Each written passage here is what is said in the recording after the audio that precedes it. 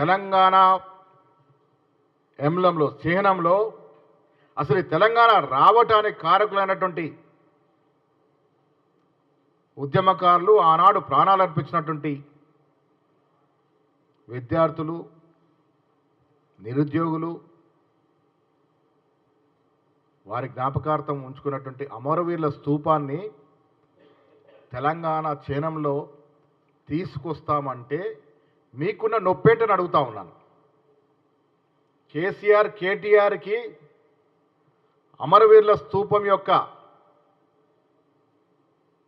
ఆకారాన్ని తెలంగాణ ప్రభుత్వం రూపొందించే చిహ్నంలో పెడతానంటే మీకున్న కడుపు నొప్పి ఏమిటని అడుగుతా ఉన్నాను.